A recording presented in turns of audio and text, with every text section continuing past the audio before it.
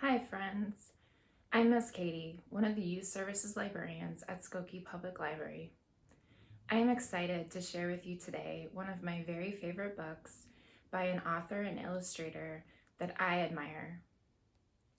This is Thank You Amu by Oge Mora. I am reading this with permission from the publisher, Little Brown and Company. This book was copyrighted in 2018 by Hatchet Book Group Incorporated. Before I start reading, I want to share Oge Mora's note to the reader, which says, Amu, pronounced A-mu, is the Igbo term for queen. The Igbo people are native to present-day South Central and Southeastern Nigeria. Thank You, Amu, by Oge Mora. On the corner of First Street and Long Street, on the very top floor, Amu was cooking a thick red stew in a big fat pot for a nice evening meal. She seasoned and stirred it and took a small taste. What a delicious stew, Amu said. Tonight's dinner will surely be the best I've ever had. With that, Amu put down her spoon and went to read a book before supper. As the thick red stew simmered on the stove, its scrumptious scent wafted out the window and out the door, down the hall, toward the street, and around the block until, knock! Someone was at the door. When Amu opened it, she saw a little boy. Little boy, Amu exclaimed. What brings you to my home? I was playing with my race car down the hall when I smelled the most delicious smell, the little boy replied. What is it? Thick red stew. Stew, he sighed. That sure sounds yummy. Amu thought for a moment. She was saving her stew for dinner, but she had made quite a bit. It would not hurt to share. Would you like some? The little boy nodded. And so Amu spooned out some thick red stew from the big fat pot for her nice evening meal. Thank you, Amu, the little boy said, and went on his way. With that, Amu closed the door and went back to her book. As she read, her thick red stew's scrumptious scent wafted out the window and out the door, down the hall, toward the street, and around the block until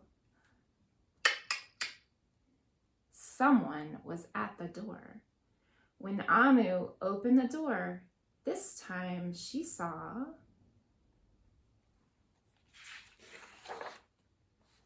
a police officer. Miss Police Officer, Amu exclaimed, what brings you to my home? I was on duty down the street when I smelled the most delicious smell, Miss Police Officer replied. What is it? Thick red stew. Ah, stew, she said, and her mouth watered. That sounds mighty tasty. Amu thought for a moment. There was still enough to share. Would you like some? The police officer nodded. Once again, Amu spooned out some thick red stew from the big fat pot for her nice evening meal. Thank you, Amu, the officer said, and went on her way. And so, for the second time, Amu closed the door and went back to her book. Sure enough, as she read, her thick red stew's scrumptious scent wafted out the window and out the door, down the hall, toward the street, and around the block until, again, someone was at Amu's door. This time when she opened it, she saw a hot dog vendor. "Mr. Hot Dog Vendor," Amu exclaimed, "what brings you to my home?" "I was selling my hot dogs down the block when I smelled the most delicious smell," Mr. Hot Dog Vendor replied. "What is it?" "Thick red stew." "Ooh, stew." The vendor licked his lips. "That sounds quite delectable." So, Amu spooned out some thick red stew from the big fat pot for her nice evening meal. "Thank you, Amu," the hot dog vendor said, and went on his way. Throughout the day, people from all across the neighborhood knocked on Amu's door. She fed a shop owner, a cab driver, a doctor, an actor, a lawyer, a dancer, a baker, an artist, a singer, an athlete, a bus driver, a construction worker. Even the mayor stopped by. And each time they knocked, Amu shared. Soon, the sky darkened, the streetlights brightened, and it was finally time for dinner. But when Amu opened her big fat pot of thick red stew for her nice evening meal, it was empty. Amu sniffled. "There goes the best dinner I ever had." Sorry and blue, she sat at the table with her empty pot until... Who could that be? Amu wondered. When she opened her door, she saw the little boy, the police officer, the hot dog vendor, the shop owner, the cab driver, the doctor, the actor, the lawyer, the dancer, the baker. Why, everyone she fed today was at her door. "I'm sorry, everyone," Amu sighed. "My thick red stew is all gone. I have nothing left to share." The little boy tugged at Amu's sleeve. "Don't worry, Amu. We are not here to ask. We are here to give." The police officer carried in a fresh salad. The mayor entered with a roast chicken. The baker brought a collection of sweet goodies. Even the little boy presented Amu with something special in a shiny red envelope. What do you think that could be? Everyone who had knocked on Amu's door that day squeezed inside her tiny apartment, and together they ate, danced, and celebrated. While Amu's big fat pot of thick red stew was empty, her heart was full of happiness and love. That dinner was the best she had ever had.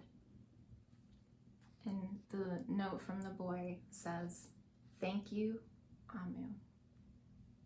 I would also like to share the author's note with you.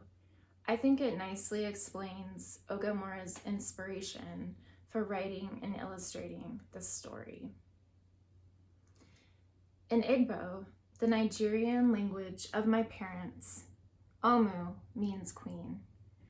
Yet for me, growing up, it meant grandma.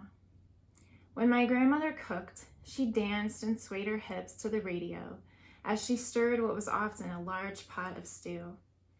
In the evening, my family would come together at the dinner table for her meal. If a neighbor was visiting, they were invited. If a friend had stopped by, they were invited. Everyone in the community had a seat at my grandmother's table. While my grandmother has since passed away, her giving heart has stayed with me. I see it in my mother, my godmother, my teachers, my mentors, and the other countless powerful women who have shaped my life. This book is a celebration of their loving, giving spirit. Thank you. Who in your life has this giving spirit that Oge Mora found in so many people in her life?